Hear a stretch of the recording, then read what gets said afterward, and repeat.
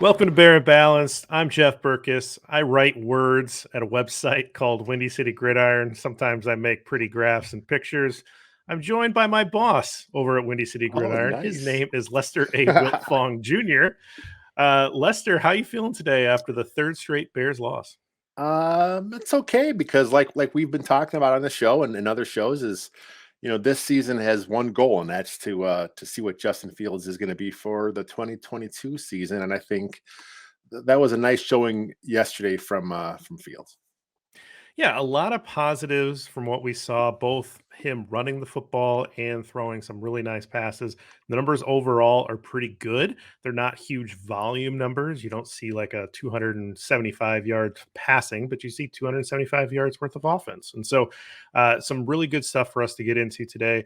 And obviously, some negatives because it was a loss. Let's Yeah. not lose sight of the fact that the Bears dropped their third straight. They're now 3-5.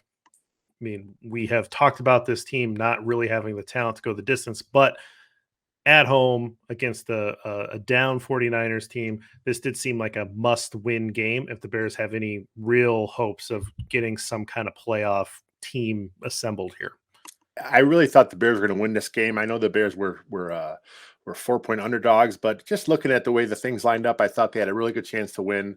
I don't think anyone expected the defense to really let them down like they did. It was just a poor overall all day of the defense. And, I see a lot of people on Twitter saying that the Bears defense, the guys on defense quit.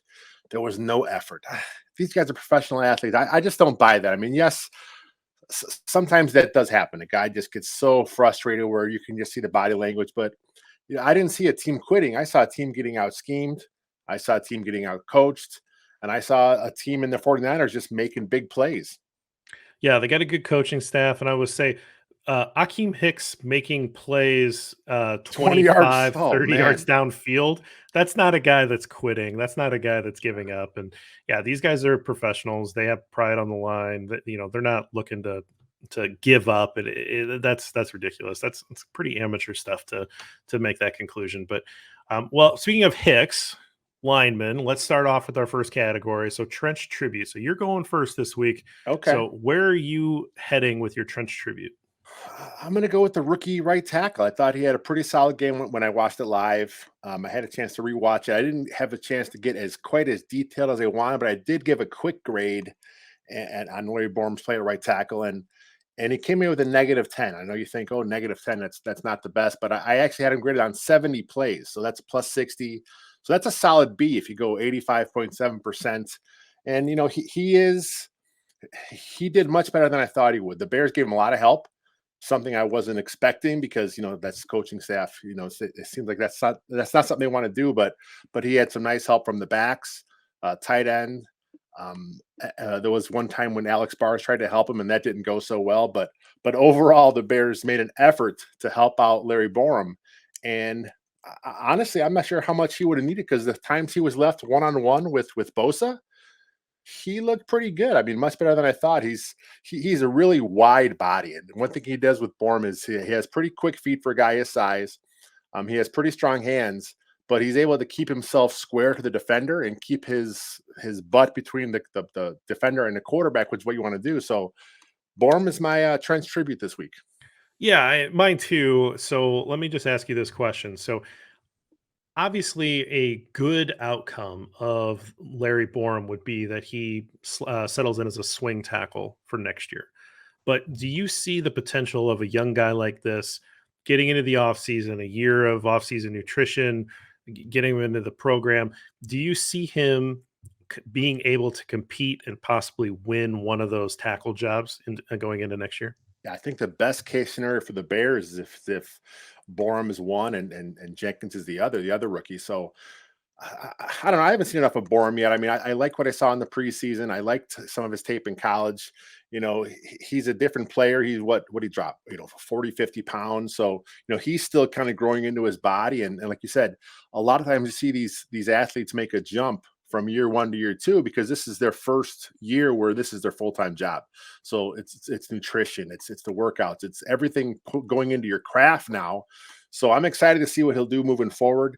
Like I said, against Bosa, who's one of the best pass rushers in the game today. I mean, the Niners made a point to put him on the side to go against Borum, and Borum played pretty good. I mean, he's physical at the point of attack.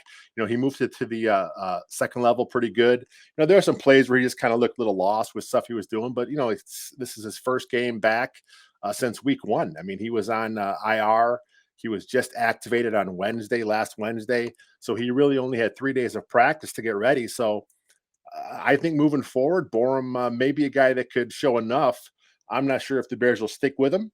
If it was me, I would. I just don't see the point of putting a guy like Jermaine Ifedi back at that spot once he's back, because, I mean, like I said, at this point, this season is all about next year.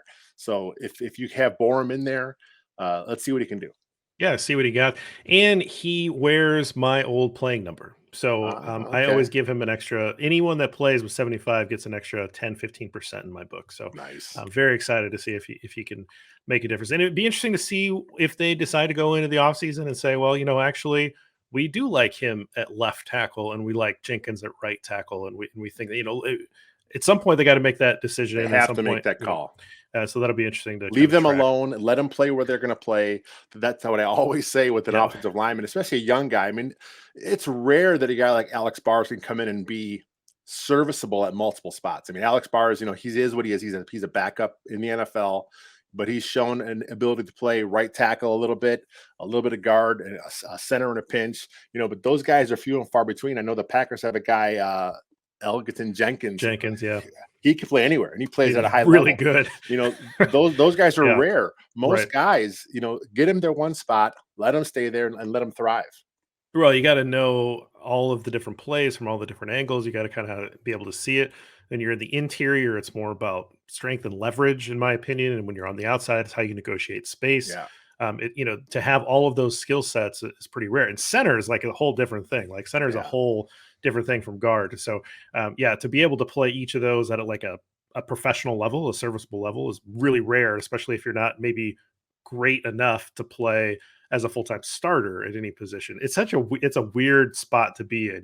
That's a tough. That's like a guy that makes his living off of pinch hitting, Yeah. where he pinch hits 5 times a week and gets a hit or two every week. It's like that's a tough spot to It's a be in. different Like I don't know. mindset. Yeah. Yeah. So, all right, well, let's move on to the tweet of the week. Sweet tweets.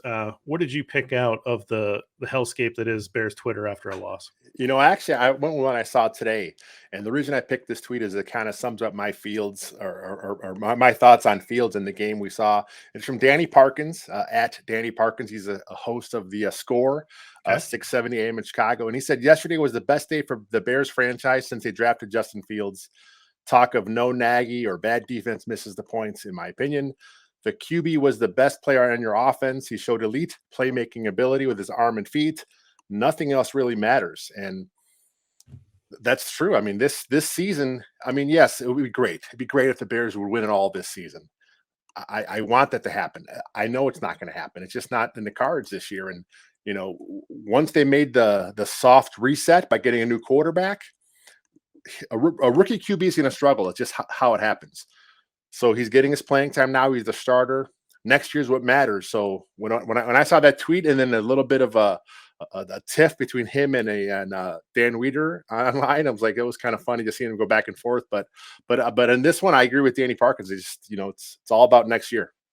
100%. I mean, we've been saying it all year. We've been saying it in the preseason that this year is about Justin Fields. You want to see what you got, and obviously, it would be great if you could see what you got with giving him enough time in the pocket and Yeah, have his receivers pick him up and actually catch catchable balls and things like that. But this year is all about Justin Fields and his development. Nothing else really matters. I say that and then I say, and we kind of want to see if Sean Desai is a good defensive coordinator. There are other there things are to other things. watch, of Yeah, course, but the most important thing, which morphs everything else, dwarfs everything else, is Justin Fields a good player? Is he a guy that you can build around? Does he look like is this elite prospect that you traded up for? That is the best prospect in 70 years that the Bears have acquired. Is he going to be a guy that, yes, that prospect translates to a real player? This is a guy that we can build around. So yeah, absolutely. totally agree with that tweet.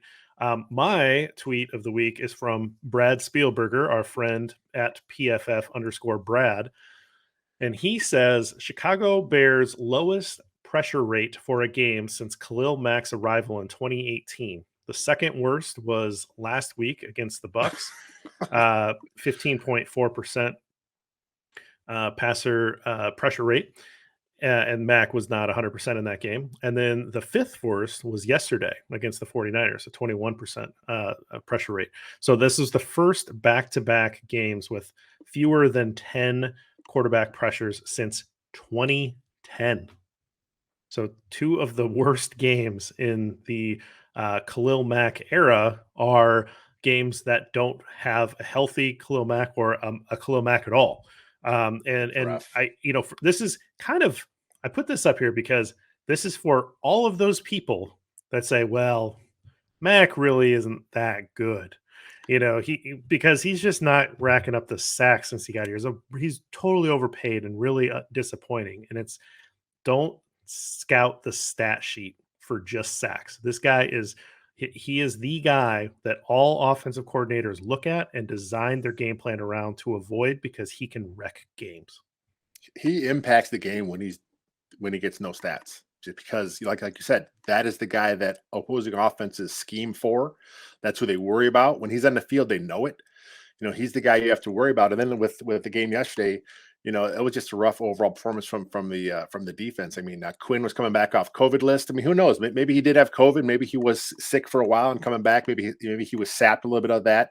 But then again, he also was going up against Trent Williams, who's one of the best left tackles in the game today. So, that Niners team has some talent on it, and I was a little surprised that Sean Desai, who we have seen all season so far, scheme up some pressure looks. It wasn't happening. He wasn't blitzing much. I'm sure he was concerned about his back end, but the way I look at it, if your back end's getting gashed, you may as well go down swinging. Let's do something. Let's get some pressure going here, and it just didn't happen. Yeah, they did not have a very good game plan, and I have that a little later to talk about as well. But Nice. let's just skip right into the statistic that you came up with this week. So my number is pretty high, so I think that I'm gonna be able to one up you on a number here. But I, what did you come up with? my number's pretty low actually. It's 0.6. Okay. And that is Khalil Herbert's yards per carry in the second half. Ooh. He had 10 runs, 6 yards, and overall he had a pretty good game. 23 carries, 72 yards. But that second half, the Niners they made an effort. They realized that they can't let Khalil Herbert beat them, and they made a point to stop him. They were really playing stout up front. They were doing a lot of late movement up front as well with their D line. And they were kind of trying to kind of trick the Bears a little bit, and it worked. Then, of course, with Herbert, he got hurt a little bit. He came back, but he wasn't the same player, and it just overall rough. I mean, Bill Lazor didn't really adjust much in the second half either, so that's partly on Herbert. I'm not a huge fan of the shotgun pitch. That's just not a play I like much at all. Some of the play calls I wasn't really happy with, but 0.6 is the number this week. Brutal. I really feel like this 49ers coaching staff absolutely outcoached the Bears coaching staff in this one. And you can see that with the second half adjustments because the Bears played competitive in the first half. This is a really smart and good coaching staff. Yes, they haven't won a ton of games this year. There's some questions about how good of a head coach Kyle Shanahan is, but he's clearly a very good offensive mind, offensive coordinator. He made halftime adjustments that really gashed the Bears in the second half. But I think the flip side of it is true as well. The 49ers defense did an excellent job of making Yeah. halftime adjustments, shutting down what was working for the Bears. And the Bears just didn't make any adjustments, or at least it didn't seem like they didn't make any adjustments that worked. We'll put it that way. That seems to be a kind of a theme with Matt Nagy teams here lately. But I see that the thing with it is with no Matt Nagy, like the last few weeks, every play that didn't work, Bears Oh, Twitter was all over it. That was right. a Matt That was Nagy a called Nagy play. play. So these plays that didn't work against this week, I mean, was it Bill Lazor calling the plays this week that didn't work, or was Matt Nagy on the cell phone? I mean, I don't know. It was kind of weird to see. I was curious to see what happened on Bears Twitter. Who would get the blame when Was it plays didn't silent? work? It was silent. It was just Yeah. like, I guess it's Bill Lazor. That's who he is too. So I don't know. Let's establish this. I don't know how much we've talked about Bill Lazor, but Bill Lazor knows how to call a game. Like he's a guy that He has a feel. Yeah. he has called games and he kind of knows what to do and he can get hot, but this is not a guy that's like a premier play caller in the league that's sought after, that is people are talking about as a head coach because you got to get Bill Lazor in the building Yeah. to call plays. This is a guy that's like a replacement level play caller, He was replacement out of level. the NFL the Right. year before Matt brought him. I think he did some consulting work at a college the year he had his gap year, but not the Cap NFL. year. Yeah, good work if you can get it. Yeah. So when people talk about Laser with like he's this wonderkind or something like that, it's not who he is. Like he's a guy, he's fine, right? He's probably shown more success at doing that particular job than Matt Nagy has in the long run. But this isn't some guy that's like great and people are just banging down the Bears door for head coaching interviews or He's anything like not that. the Like he's not the next young guy out there. The real hot uh, uh, Sean McVay style guy that right. he wasn't touched by the God. So yeah, he's not that guy. Yeah, I don't think he's had lunch with Sean McVay, so he's not in the head coaching circles. But all right, so my number is 775, and I'm pretty like excited about this number because I went Okay. back and counted. That is the number of games since a Chicago Bears quarterback ran for 100 yards in a game. Oh, okay. Okay, so Justin Fields breaks the streak of 775 games, longer than I've been alive. And Bobby Douglas was the last guy to do it, 100 yards in 1973 win over the Packers, where he had 4 rushing touchdowns. Good for Bobby Douglas. Nice. 19 carries. He did it twice before that, both in 1972.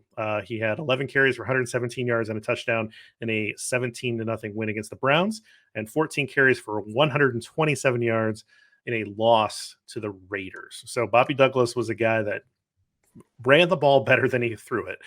He could throw it, 80, 90 yards or whatever he claims that he could throw it. But he was definitely more of an athlete and a running quarterback. But it was on Twitter. I guess I didn't verify whether or not there was a 100-yard quarterback in between there. But I saw the stat and I just went up and counted the game. So I do apologize if somehow like Jim Harbaugh had 100 yards or something, and No, then I don't I think didn't so. know that. But that's a very long gap. 1973. That is much older than me. So something that I have never seen in my life is a Bears quarterback running for 100 yards, and we saw it on Sunday. It's pretty special. I mean, that's something me, you, and Robert talked about it in the pre-show. Is like, that's not getting talked up enough. But like I was telling you guys then, I think it's just because the Bears lost. I mean, if the Bears would have won this game, the Justin Fields performance would have been looked at much differently. I mean, as it was, he was named the Pro Football Focus's Rookie of the Week this week, which is nice for him. But I think overall, just then of course you have the guys just look at the box score and they're like, well, maybe it wasn't as good of a game, but I thought he played pretty good. Yeah, absolutely. So, all right, well, we'll take a quick break. On the other side of this, we'll get into everybody's favorite segment, the Three Bears. All right, Lester, we're back. So, Three Bears. We're going to start off with a hot bowl of porridge. Who did you have that you wanted to identify here as the guy that had a particularly good game? We just talked about him. It's Justin Fields. And I think for me, the thing that kind of stands out the most is he was 70% of his passes.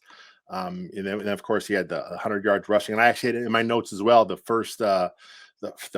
most rushing yards since Bobby Douglas in 72. So I kind of went back and looked at the numbers on that as well, because to me, it was really impressive that he got that. So, but it has to be Justin Fields. I mean, he had some moments in the game where he was going left and he was throwing back across his body and he was just on the money. I mean, the touchdown to James was sweet. Oh, He had such a good throw. there was another one I think he had to A-Rob, I think, at one point. I mean, there was just a few plays where you saw and you're like, that's the guy, and then of course that run was ridiculous. So you're like, the flashes are there. Let's just keep building on this and let's see, let's have him progress and keep him upright and get the pass pro set. And I think it should be an exciting times here for the Bears the next few weeks. Win or lose, it should be fun to watch him grow. That run, 4th and 1, Fourth down, yeah. they have it absolutely played perfect. They snuff it out, right? And then he all of a sudden says, "Well, I'm Barry Sanders, Yeah. and I'm just gonna like weave all the way back that was the most fun play that I have seen on Bears offense. I don't know, ever. Like that was so great. It's going to be a highlight forever. It kind of Uh, reminded me, though. I'm gonna be honest, of that Mitch Trubisky touchdown run against the Patriots. I think it was okay. 2018. Yeah. He reversed fields, but that's the past. This is the future. We're talking about our guy now, so it was fun. It was a really fun run. So I'm going to award the hot bowl of porridge to the concept of play action because I do not expect the Bears to run play action, but Matt Nagy has to sit at home and be in the COVID protocol. And so whoever got control of the split of play action said, "Hey, let's see if this works for Justin Fields," because this was definitely the most play action that I've seen. I don't have an official number. I saw someone say something like 33%. I don't know. I don't know what the actual number is, but it was just noticeably more in real time than what we've seen, a Matt Nagy offense call, and we need to see more of it. And it Yeah, worked, and it was great. And Justin Fields was really good on play action. And yes, like late in the game, having play action to Ryan Nall when they know you're going to pass might not work, right? I get that, but generally in in throughout the game when it's up in the air when you don't know if they're going to run or going to pass, play action is really effective. Play action isn't just the fake. Play action is the line action that sucks the linebackers in a step and he can pop it over the linebackers, and so it worked really well. And I know I've been talking about it like for 4 years straight, but it's important, and you saw here how it can be effective. there were moments in the first half when it made me think of what they did last year during their stretch against those really bad teams because they were running the boot slide stuff, a lot of outside zone runs, bootlegs back off the action, and there's just so many things you could do off that. We've seen, that's the staple of the of the Kyle Shanahan offense. Sean McVay does that all the time, so it was fun to see. And the thing with Justin Fields is going back to him a little bit is he was really decisive, like on his boots. He would go through his reads, and then if it wasn't there, boom, he's gone, getting the yards with his feet. And that was just really nice to see that he was making those quick decisions and then he was getting what he could. Yeah, he was playing faster, and that was really good to see. And that's what again goes back to the first part of the show. That's what you want to see this year. This is what he is. In let's see if we can get him on to more of the strengths and see if he can really build something out of this year. And this was a good game for that. Again, I know it's a loss, but he had some really good stuff that he could build off of. So let's flip it around. Cold bowl of porridge. What did you have for this? I had Cody Whitehair Yeah. this week, Okay. and Yeah. and I went. I don't know what's going on with Cody Whitehair. This whole season, he's having a down season. He was flagged 3 times. One of them was declined, so he kind of avoided that here. But just not the best year from Cody Whitehair. I mean, just I'm not sure if he's just trying to get used to playing with Peters and Mustipher next to him, if there's just a comfort level, if he's got too much going on here. But we've heard that he's always been a kind of guy that gets in his own head. That's kind of what's been talked about him a little bit. So maybe that's happened. Maybe he just had some bad performance early, and he's pressing a little bit here. So I mean, the talent's there. I would love to see him just kind of really settle in because last year he finished up the year at left guard really good. So I'm really surprised at how he's looked, but I got to call him out because it just wasn't the best game. No, he's really been down and to the point where you wonder, is he hurt? Is he nursing Yeah. an injury that's just not, noticeable but clearly impacting his play? I mean that stuff happens a lot, but he's not the same player that he was at the end of last year. He's not the same player that we've seen throughout his career. He's been a very solid guy, interior offensive lineman, even at center, which I never thought he'd look like a natural center. I've talked about that too much. He was at least a serviceable guy, and he hasn't been very good this year. And it's tough to isolate guard play Yeah. if the center struggles and or the tackle struggles. Like we've talked about this offline, and I've felt like I've seen some good stuff out of James Daniels, but it's really hard to call that out where you've got a guard in a struggling tackle position that's been a rotating cast of characters, and you've got a center who's been struggling. The And center has been struggling. yeah, and That's so fair. it's tough to isolate a guard play and say, well, he's playing really well, and then those other guys, it's tough because the line really does work together, and so you can see that interconnectedness. But it's really Peters and Daniels to me seem like they're playing well, but the other three spots have been pretty tough. And Whitehair is a guy that you just keep expecting to put it back together, but he just hasn't this year. So totally understand that. What I wanted to point out, I'm just going concepts today, but the game plan against Debo Samuel. So I watched this game with a former colleague of mine who's a 49ers fan, and he's like, "So the only guy that we have is Debo. Like, Yeah. why? Because I said, 33, he's real good. 22, not so much." And he's like, "So why is 22 on 19? Why are you putting that guy on?" And I was like, "Well, I didn't. It's Yeah. not my scheme." And he's like, "So everybody that we play always puts either their best corner or they have two guys on them all the time, or their best two guys on them, like because without George Kittle." Debo That's it. Samuel's the Yeah. playmaker. And I just thought that they just did not care about Debo Samuel yesterday, and he made him pay 172 yards, whatever it was. They Uh, didn't shadow him with Johnson, did they? no, I don't think so at Yeah, I all. don't think so. Yeah. Yeah. I mean, Johnson was on him a couple times, but he was on. Vilder was on him. I mean, it was, and that obviously the screen pass really skews the stats, but I don't think they had a good game plan for him. They needed to try to take him away, make them go to Ayuk, who's been struggling this year, make him go to Sanu, but they didn't do that. Allowed. They allowed Debo to really take over that game, and I think that's what ended up costing them the game. He's such a good athlete. He's so quick and shifty. He's just one of those guys, like you said, he's their number one. He's their top receiver, and it's almost like they didn't give him enough of the attention they should have at that point. And which is weird because if you look at that offense, like you said, there's no George Kittle. You're not really concerned about Garoppolo really beating you. Who do you have to stop? Yeah, the run game is tough because it's a Shanahan offense, but as far as weapons go, it's Debo. What do you got for the just right? I'm going to go tight end position. I'm going to go Jesse James. Are we on the same wavelength there? I Yeah, love yeah, it. yeah. That's Okay. all right. I thought he had a nice game. He played about half the reps, 3 catches, 38 yards. He had a nice touchdown. He's a pretty decent blocker. You know, Part of my going just right here is because it kind of shows that they don't really need a guy like Jimmy Graham on the roster, which kind of just points back to the roster construction. Yeah, they found Jesse James late in the offseason, but there's guys out there. And when the money you're paying to Jimmy Graham, we've harped on it a lot. He missed the game. He is what he is. What does he have on the year? 1 catch, 2 catches? I'm not even sure at this point. I think it's just one. Just 1 catch. And it's like a guy like Jesse James can be effective in the offense. And he's not even a classic a move tight end like Graham is supposed to be. But I just think that I don't know if the Bears aren't going to trade him. I mean, that's just not happening. But if you can move Jimmy Graham and you move him, I just don't see the point of him being on this roster. No, it never made sense. And then they restructured his contract to try to move some of that money into this year so Void they could operate. years. I mean, Yeah. it's rough. This was one of the obvious cuts, but to focus it back on James, I mean, this is a guy that, like you said, was a late addition. We saw him in camp and he had all of the reps in camp. Like they were trying to get him involved. And so he had all of the reps, but he comes Yeah. up with 3 catches for 38 yards in this one, has that touchdown catch, which was a really nice catch. So beautiful throw, great throw, but it was also like a really nice catch. And this is what a solid tight end can do, right? He can pitch in a couple catches, he can score a touchdown for you, he can block, so this is exactly what you'd expect out of this role, and he's filling it quite well, and I'd like to see more of him.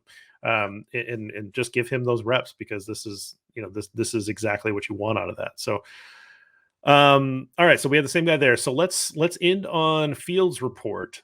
And so we've already talked a lot about Justin Fields here, but what stands out to you that you wanted to add here at the end? It's a funny show because like we talked about at the top, the Bears coming up, the Bears lost. Right. But I mean, we're both fairly upbeat over what's happened here because Justin Fields flashed. I mean, that's what we want to see. I mean, yes, I want to see the Bears win every week, but if they're not going to win, and it looks like the Steelers are better than they may have looked a couple weeks ago.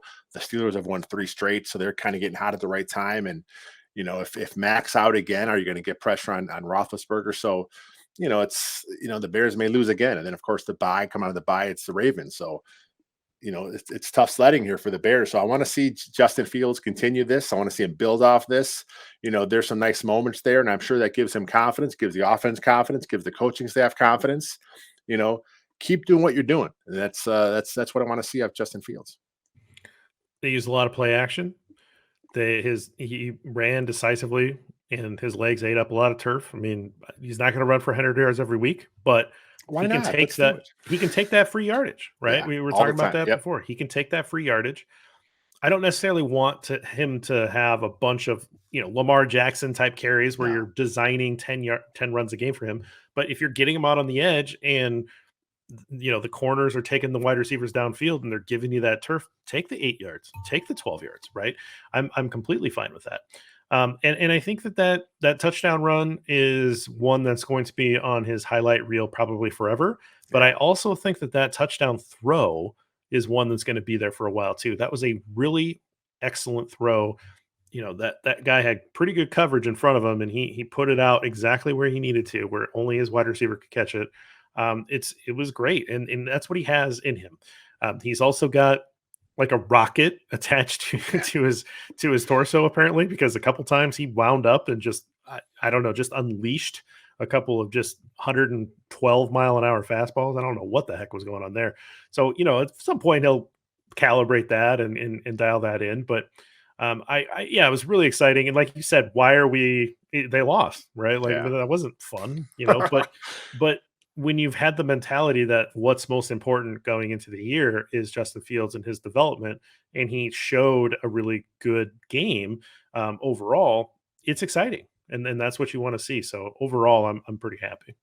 It was a nice game from Fields. It was a nice game from Borum, a nice game from Herbert. So some of the young players showed up, and that's again, this season's about the development of these guys. And the trade deadline is Tuesday at 3 Central. I'm not expecting anything to happen. If the Bears are smart, they would try and make some sort of moves because I mean, you have to realize it is this is the season what it is, and 3-5. Some tough losses ahead. And it was nice that the NFL moved that trade deadline back a little bit to kind of hopefully take advantage of some teams that would realize where their future is heading. I don't think it's moved back far enough. I'd see it another couple of weeks because the Bears at 3-5 think they're in it still. And that's why I don't expect any moves from them. Yeah, the 4-4 Broncos just traded one of their all-time Yeah. greatest players to the Rams because the Broncos kind of figured out that they're not probably going to be competing this year, um, and they're more in it than the Bears are. So Yeah. it's just interesting to see where GMs are with what they feel like they need to do or what they have in terms of power or rope or whatever. And so that's maybe factoring into this a little bit too with Ryan Pace, but. Let's close out here, and you know, no need to dwell on a loss. But anything going on that you wanted to plug before we got out of here? I don't know, the same old, same old. I know we have we're thinking about doing a quick hitting podcast. Something we're going to try and add to the podcast channel here. We're going to try and do some jump in with some occasional breaking news stories. So if you guys are listening to the podcast channel, make sure you keep your eyes peeled for those. And of course, sack watch here. I got 4 more sacks to break down this week, so that should be fun. Bill Zimmerman has coined that barely a podcast. So we I are love it. very Yeah. excited about the Nice. breaking news podcast. We put these up on YouTube. Please check us out there if you aren't already, and give us a like, subscribe, and all that kind of stuff. Otherwise, looking forward to putting out a couple articles this week as well, and we'll hope for better results next week. But thanks for joining us this week, and as always, bear down.